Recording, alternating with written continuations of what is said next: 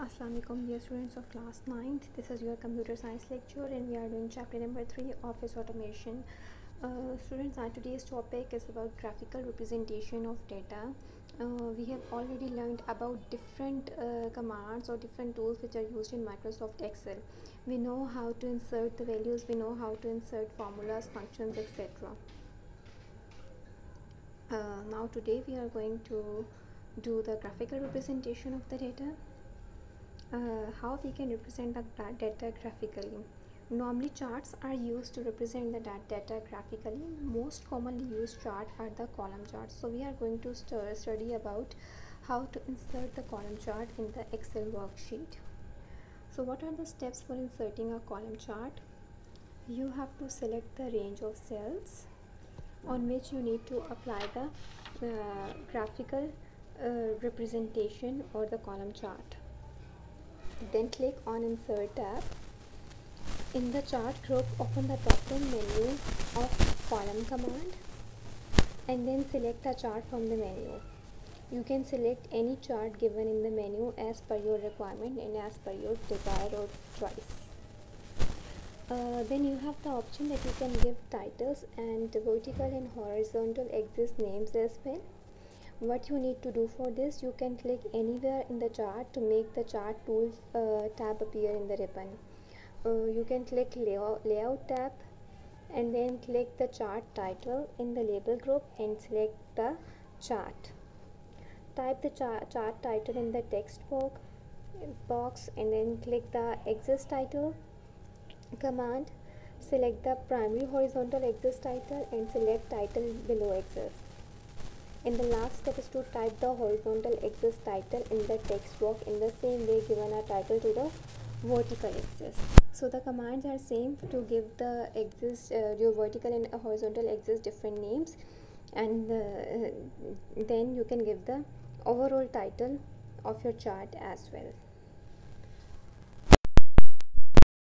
Another topic is manipulating and how to format the data. Number 1 topic is filtering data. Filtering data means to display some data based on the condition, because sometimes we don't need to go through from the whole data. We need only some specific data from the whole worksheet. So for this purpose we use the filtering data technique given in Microsoft Excel. The steps for to filter the data is select the row that you want to filter, including the header. Then select the data tab on the ribbon.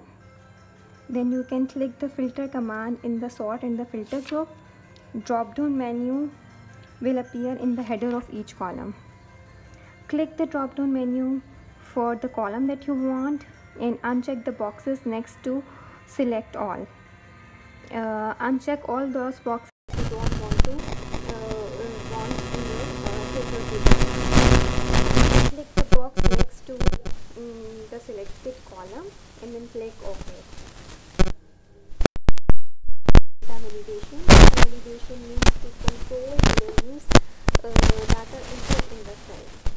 Data validation is used to control the values or the type of cells, because sometimes we want that the user should enter only some specific values in the given cells. For example, the format of the date should be followed, so that is a data validation. For example, in a numbers column we don't want to allow the user to enter the values specifically, so we will apply the technique of data validation there. Then we have another concept that is about protected worksheet. Protected worksheet means to only view the data sheet, but the changes cannot be made. If you are using this type of worksheet, then that is a protected worksheet. Then there are steps that how you can protect your worksheet. Click the review tab in the ribbon, then click protect sheet command in the changes group.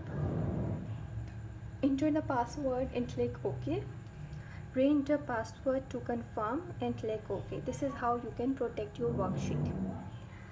Then you have the option to unlocking cells. What is unlocking? Generally the user would not like to prevent changes to the entire worksheet. The user may want to allow either users to make changes in the worksheet data, but prevent changes to the titles and the formulas. For this purpose, unlock the cells in which the data editing is to be allowed. You can only is allow to have the change from the user in some part of the worksheet while locking the other part of the worksheet.